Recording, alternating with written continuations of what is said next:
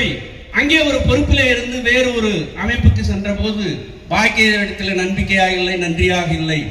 பின்னால் ரஜினி ரசிகர் மன்றத்துக்கு போனாய், ஆரம் வீரப்பனுடைய அமைப்புக்கு சென்று பின்னாலே திமுகவிலே வந்து இப்பொழுது கட்சியில் இருந்து கொண்டிருக்கிறாய். அதனால் தலைமை மீது இருக்கிற உண்மையான பற்றும் விசுவாசமும் என்பது உனக்கு தெரியாது. ஏனென்றால் நீ ஒரு அரசியல் வியாபாரி.